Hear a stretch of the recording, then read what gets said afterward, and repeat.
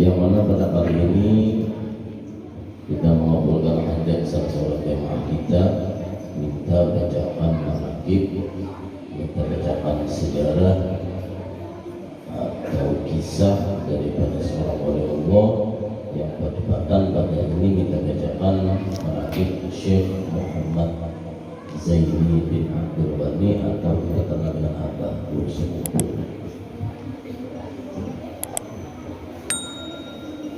Beliau ini keturunan daripada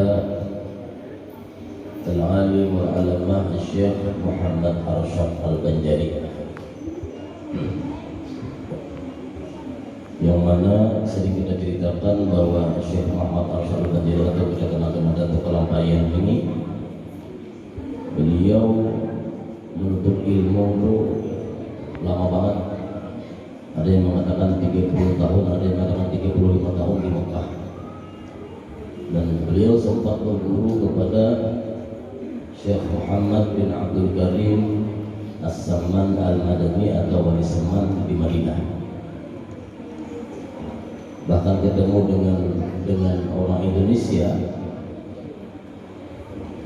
Kalau dari Sulawesi Syekh Abdul Wahab Bugis, kalau dari Jawa Syekh Abdul Rahman, kalau dari Palembang Syekh Abdul Samad. Keempat ini menuntut ilmu di Madinah, menuntut ilmu dengan Syekh Muhammad bin Abdul Karim As-Samad Al-Madani. Lalu 4 orang ini pulang ke Indonesia menjadi khalifah Syekh Samad Al-Madani. Ujian Ursukumpul, siapapun murid daripada Syekh Samad, laki ke perempuan ke anak ke orang besar, kalau menjadi murid daripada Wali Saman ini maka menjadi wali kutub. Maka dari itu kita hakul yakin Datuk Kelampayan ini wali kutub, dan kawan beliau Syekh Abdul Wahab Bugis juga wali kutub. Syekh Abdul Wahab Bugis ini diangkat jadi menantu oleh Datuk Kelampayan Syekh Muhammad Arsyad ini, bini Sidin Fatimah. Pernah Ursukumpul berkata dalam pengajian, kata beliau, aku melihat cahaya itu naik dari dua buah makam naik ke atas. Setelah beberapa malam beliau mintai cahaya itu, ternyata cahaya itu berasal daripada makam Syekh Abdul Wahab Bugis dan istri beliau Fatimah, anak dari Datuk Kelampayan. Dan dari dasar ini bahwa setiap murid sesama adalah wali kutub, maka kita yakin Syekh Abdul Wahab Bugis itu wali kutub. Makanya orang Sulawesi kalau bisa, kalau ke Kalimantan Selatan, kalau ziarah ke Matapunan, ziarah juga ke makam Syekh Abdul Wahab Bugis. Orang Bugis, orang asli Sulawesi, menjadi wali kutub juga, menantu daripada Syekh Muhammad Arsyad. Nah, jadi dari Ursukumpul ini keturunan daripada Syekh Arsyad Al-Banjari. Kalau Syekh Saman itu dilihat daripada Sayyidina Hasan. Kalau dalam silsilahnya yang maaf semuanya, kalau dari Kelampayan ini dilihat daripada Sayyidina Hasan.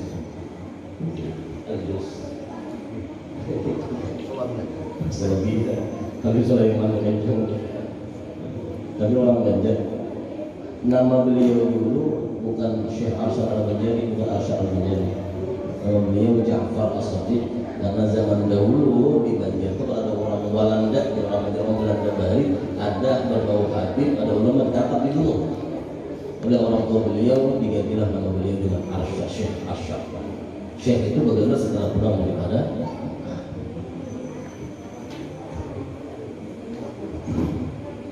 beliau ini berdoa, ya Allah minta jadikan diri Kelampayan ini jadi khalifah, jadi ulama dan zuhud, dan doa beliau terkabul. Di mana-mana banyak zuriat dari Datuk Kelampayan, bahkan di luar negeri banyak. Ada yang di Singapura, di Malaysia, ada yang di Thailand, ada zuriat dari Datuk Kelampayan. Di Filipina ada juga. Ada ulama besar di Indonesia ini di daerah Riau, Datuk Sapat, Syekh Abdul Rahman Siddiq kan beliau. Syekh Abdul Rahman Siddiq ini bermakam di Tambilahan. daerah Riau Sumatera Selatan. Itu zuriat daripada Syekh Asad Al-Jari. Syekh Abdul Rahman Siddiq ini anak daripada Datul Landak. Yang tahu Datul Landak? Datul Landak itu juga Syekh Afif, panggilan Afif, yang bahari cerjanya membawa tiang guru Masjid Mata Murah itu lah sendirian membawa tiang ulin seponan terus sendirian, panggilan Afif. Makam beliau di Kalampayan. Kalau kita masuk dari parkiran depan, lorong tak masuk aja. Sebelum kubah Datul ada sebelah kiri kubah di panggilan Afif. Ini biasa dia rasanya juga. Datul Landak atau panggilan Afif, anak Syekh Abdul Rahman Siddiq dengan Datul Sapat yang ada di Tambilan. Bakal lama dan banyak beliau mencetak keterangan beliau kepada ulama. Itulah salah satu kabul daripada doanya di Kalampayan. Beliau itu menjadi ulama yang zuhud, menjadi khalifah di muka bumi. Termasuk Allah SWT.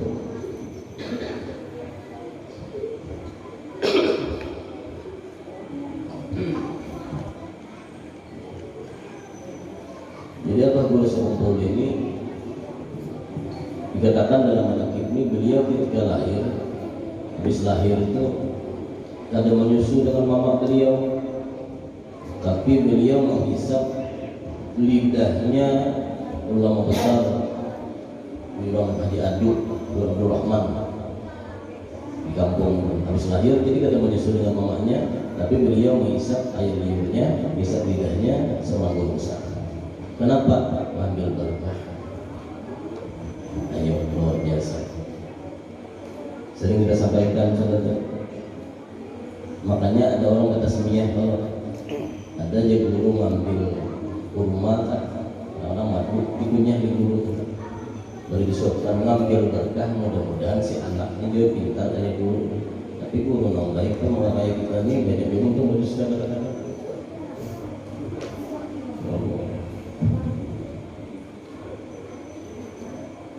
Dan keluarga Abdul Sekumpul ini, mama beliau menjaga memang dari segi makanannya dan pendidikannya dijaga. Kami sampaikan hadis ini tadi di Ibu. Cara menjaganya di luar biasa. Pantas saja jadi ulama besar, bahkan jadi wali kota. Kayak menyusui itu ada adabnya. Ibu-ibu kan ya. Tapi suami-suaminya pada juga istri-istrinya. Orang menyusui itu mulutnya hanya ketemu diri kita. Bila hendak menyusui berwudu dulu. Sunnah berwudu, kan wajib sunnah. Ibu-ibu berwudu dulu, hanya menyusui anak. Sambil menyusui itu jangan lupa ketika awal menyusui baca Bismillahirrahmanirrahim. Sunnah. Itu anak musuh itu sunnah. Abahnya kan ada sunnah Bismillahirrahmanirrahim. Nah, makanya begitu juga. Dan menyusui itu, waktu menyusui baca Fatihah jangan berhenti. Dan baca Fatihah tiup ke anak tadi, atau tiup ke susu ibu, atau pegang dada anaknya. Itu tuh aturannya. Dan ujaran berkah itu juga kali-kali Abdul Sekumpul. Dan membaca subhanaka la ilma lana illa ma 'allamtana innaka antal alimul hakim sebanyak 7 kali diucapkan di udurnya ini. Kenapa sih keudun menyusui anak? Bila orang menyusui anak, setiap kali anak menyusui anak keudun, anak itu jadi hafiz Quran insyaallah. Hafal Al-Quran, dan insya Allah anak itu belum mendengar apa ya, pintar. Kalau gini bacain apa tadi ayat-ayatnya? Subhanaka la ilma lana illa ma 'allamtana innaka antal alimul hakim sebanyak 7 kali. Ya. Abdul Sekumpul itu umur 7 tahun hafal Quran. Kita kan umur 50 tahun hafal Quran lah. Apa Al-Quran apa artinya dari segi pendidikan aja sudah beda. Nah makanya kita ikuti ya saran-saran dari para ulama itu kita ikuti, karena para ulama menyarankan berdasarkan kitab, berdasarkan sunnah, dan sesuai hasilnya tadi.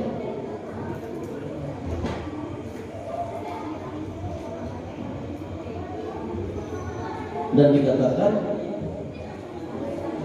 Abahul Sekumpul ini banyak para wali-wali Allah, banyak para ulama mengatakan wali kutub.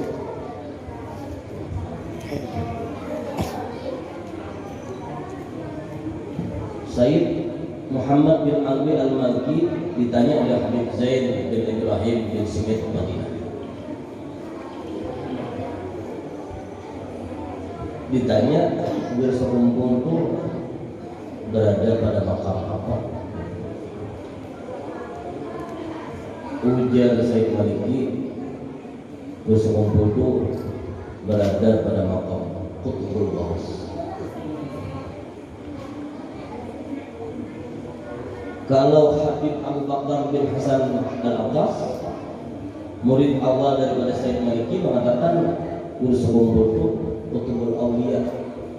Qutbul Awliya ini makam tertinggi daripada pangkat kewalian.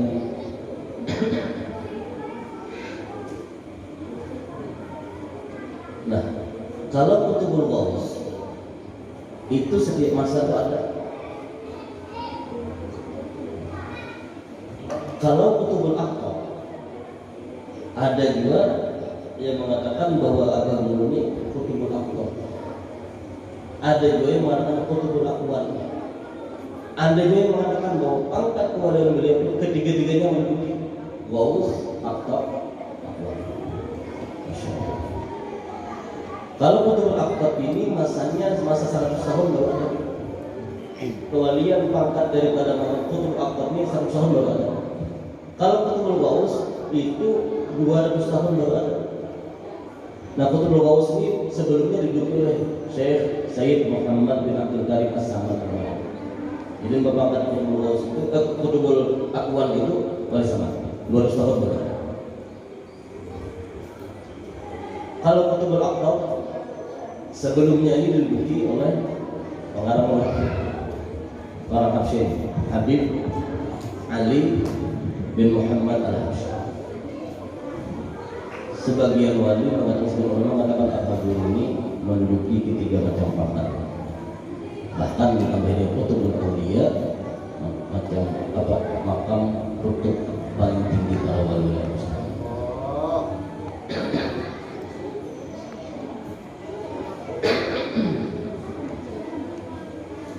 Salah satu pesan beliau, kata beliau,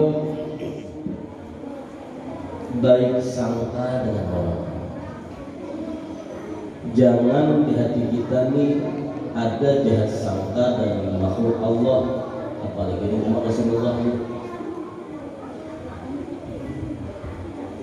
Sehingga kalau kita jahat sangka kepada orang, maka akan timbul di hati kita ini sudah jahat sangka, akan muncul di mulut kita ini omongan-omongan yang tidak baik pada orang lain. Kenapa? Selalu memandang orang terbaik, maka akan memancar pada baiknya dari lidah kita, berasal daripada hati kita yang jahat sangka dengan orang. Ujar beliau, sibukkan diri kita ini mencari-cari kejahatan diri kita, sehingga kita kada sempat lagi melihat kejelekan orang lain. Kalau kita ini selalu sibuk mencari kejelekan diri kita, kada ada kesempatan lagi kita melihat kejelekan orang lain, maka orang lain itu kita pandang baik dari diri kita. Jadi baik sangka dengan orang. Karena orang yang baik sangka itu tempatnya di surga. Sebaliknya orang yang jahat sangka pada orang lain tempatnya di neraka. Jadi banyak yang baik sangka. Dan beliau bukan saja ngomong, dibuktikan beliau dengan kelakuan beliau. Bayangkan orang datang ke rumah beliau, satu riwayat mengatakan ada maaf, ibu-ibu pelacur datang rombongan, sehingga masyarakat waktu itu ngomong, kenapa dulu itu buat apa namanya? Ya pelacur. Kenapa menerima itu? Kata beliau, ini baik kok. Ibu-ibu yang datang ini baik, buktinya di depan itu berpakaian rapi dan tidak berbuat maksiat, maka dipandang beliau baik. Ayo. Padahal beliau tahu yang datang ini orang-orang kompleks sana. Tapi beliau tetap menganggap baik karena di hadapan beliau mereka tidak berbuat jahat, maka dianggap beliau baik. Ini salah satu pembuktian bahwa beliau ini baik sangka terhadap. Bahkan ketika pulang dari beliau kasih nasihat, beliau kasih modal uang supaya berhenti jadi pelacur. Kayak apa lagi? Jangan sampai ada baik jahat sangka kepada orang lain. Bersihkan hati kita daripada sifat jahat sangka. Ini salah satu pesan dari beliau. Baik sangka ya. Orang datang ke rumah kita kayak apa? Baik sangka itu. Ini baik sangka itu apa? Jahat sangka itu beda dengan hati-hati. Berarti kita harus waspada lah. Hati-hati waspada itu beda dengan artinya ya berhati-hati, tapi jangan sampai menyangka orang kada baik. Kalau kita menyangka orang kada baik, kenapa dilarang? Menyangka orang kada baik. Maaf, umpama lah di depan kita menyangka kada baik. Kita harus tahu apakah dia ini baik tidaknya. Yang tahu baik tidaknya cuma Allah. Karena baik tidak seseorang itu tergantung ketika akhir hayatnya. Bisa jadi kita secara zahir kita lihat orang yang ada baik, mabuk segala macam, ketika akhir hayatnya dia mengucapkan la ilaha illallah Muhammadur Rasulullah. Dan tidak sedikit orang yang baik, zahirnya dilihat penampilan yang baik, keserban segala macam, ketika akhir hayat tidak bisa mengucapkan la ilaha illallah Muhammadur Rasulullah. Maka dari itu baik sangka dengan orang, jangan-jangan ini pada Allah kadang ini baik. Dan kita pandang siapa yang membuat dia seperti itu, siapa yang menciptakan dia, siapa Allah. Bila kita menganggap orang ini kada baik, sama halnya menganggap orang yang menciptakan kada baik. Itu sesalahnya tidak. Makanya jangan sampai jahat sangka. Jadi pesan beliau baik sangka, apalagi terhadap wali.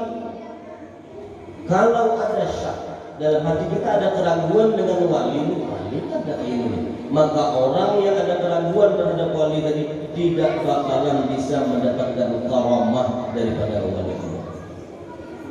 Biar berkhidmat 100 tahun kepada wali, tapi ada rasa keraguan atau melihat kejanggalan seorang wali, lalu timbul di hati macam-macam momen, maka tidak bakalan dapat karamah dari wali. Bertawassul kalimat dari pertama. Jadi syarat orang hendak dapat karamah wali itu yakin dan baik sangka dengan wali. Nah, bisa disebut kalau lagi begini. Disebut sedikit lagi. Abah dulu sekumpul di besar. Akhir zaman ini banyak beramal ibadah, terutama dua macam amal ibadah, yaitu istighfar dan sholawat. Banyak diminta ampun kepada Allah, karena kita ini banyak banget dosa lawan Allah, banyak banget dosa lawan makhluk. Banyak istighfar, terutama hafal nanti sayyidul istighfar itu dibaca. Allahumma anta rabbi la ilaha illa anta khalaqtani wa ana 'abduka wa ana 'ala 'ahdika wa wa'dika mastata'tu a'udzu bika min syarri ma sana'tu abu'u laka bi ni'matika 'alayya wa abu'u bi dhanbi faghfir li fa innahu la yaghfiru dhunuba illa anta. Ya apa istighfar itu artinya paling besar, rajanya minta ampun, ya sudah. Orang baca pagi sampai sore, bilangnya baca pagi sore, antara pagi dengan sore itu membaca pagi tadi matinya ya punya Allah. Membaca sore antara sore dengan pagi tadi matinya, makanya punya Allah. Sekali pagi, sekali sore, paling keadaan. Oh bagusnya baca terus. Paling tidak astagfirullah itu paling ringan sudah. Jangan kurang daripada 100 sehari. Karena Nabi pun melaksanakan itu. Nabi menyuruh minta ampun kita, tapi Nabi dulu minta ampun minimal 70 bahkan sampai 100 kali beliau minta ampun kepada Allah. Apalagi kita dengan dosa. Nah, pesan apa terus kumpul akhir zaman ini banyak beristighfar, banyak memuji Nabi yaitu salawat. Selamat di sini. Artinya apa? Dua macam inilah penghantar kita untuk menuju keselamatan.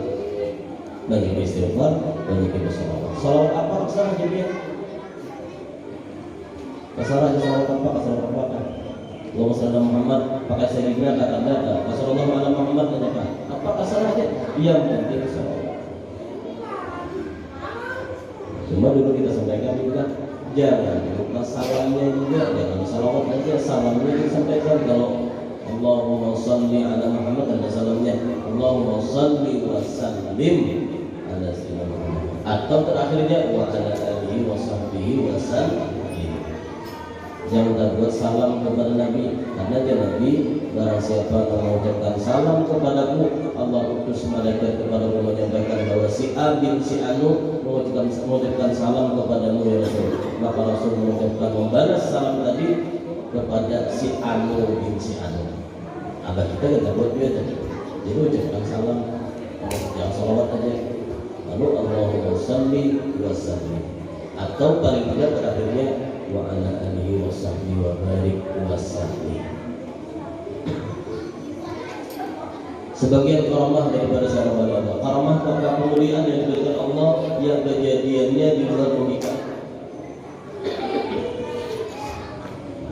Pernah para habaib dari jauh, dari Kalimantan, dari luar Kalimantan datangan kepada Abu Sumpur Suwan.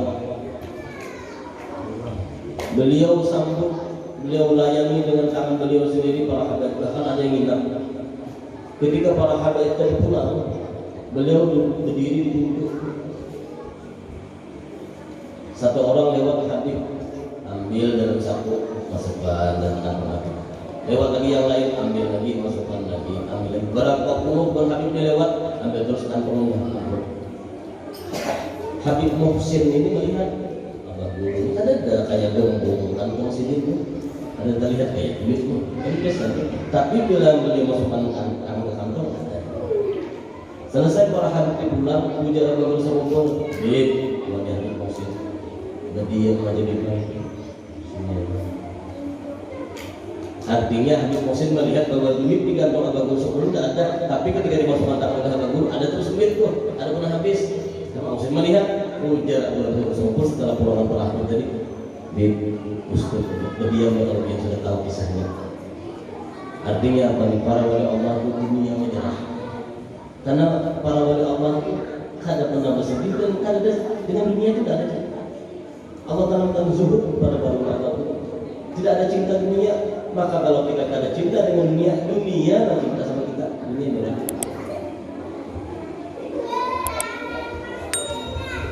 Kalau kesaktian itu ya ada asbab. Tetapi karamah itu langsung dari Allah. Jadi ilmu apa aja kalah dengan karamah. Biar dia bisa kayak paksa dia bisa terbang dengan karamah kita kalah. Karena karamah itu langsung dari Allah Subhanahu wa taala. Allah memberikan kita itu salah satu karamah daripada Abu Sumpur. Banyak sekali karamah beliau, banyak banget. Sehingga ada mengarang 100 karamah itu pun tidak cukup. Dengan orang-orang yang sering berdampingan dengan beliau, kalau kita tanya banyak menceritakan yang tidak termaktub dalam kitab kemuliaan karamah beliau masih banyak karamah. Intinya apapun kejadian yang menimpa para wali atau kejadian yang kita lihat di hadapan para wali, kita yakini itu adalah kemuliaan yang diberikan oleh Allah Subhanahu wa taala. Dan kita yakini dalam hati kita bahwa kita percaya kepada wali. Jangan sekadar keraguan. Karena kepercayaan kepada wali ini anugerah dari Allah. Banyak orang yang ada percaya dengan wali. Kita dipercaya, bersyukur banget. Kita ini percaya dengan wali, bersyukur banget. Karena banyak orang yang percaya. Orang yang percaya itu tidak bakalan bersama dengan wali, dan tidak bakalan dapat karamah wali, dan tidak bakalan dapat syafaat wali. Atasdiqu bi'ilmina wilayatul sughra. Kita ini membenarkan aja, percaya aja dengan wali. Si anu dalam wali Sumpur percaya, kalau beliau wali percaya sudah, maka kita termasuk dalam golongan wali kecil. Sekecil-kecilnya wali buat kita, artinya dalam golongan para wali kita termasuk.